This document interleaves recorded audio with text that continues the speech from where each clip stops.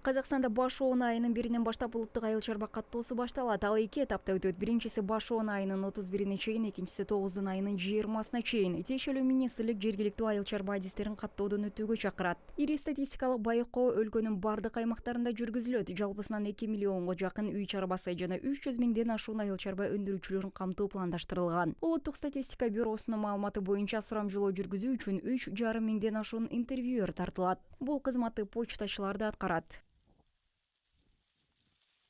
Впервые в переписи используется GPS-мониторинг для отслеживания. Эсептөөдө алгач интервьюерлерди көзөмөлдөө үчүн GPS мониторинги колдонулат. Мисалы алар үй чарбасына келип сурамжылоо баштаганда GPS мониторинги дароо ишке кирип, сурамжылоого канча убакыт кетерин байкайбыз. Эсептөө учурунда алынган маалыматтар райондор, айылдык округдар боюнча айыл чарба министрлигине берилет. Жана бул маалыматтарды министрлик айыл чарбасын өнүктүрүү үчүн пайдаланат.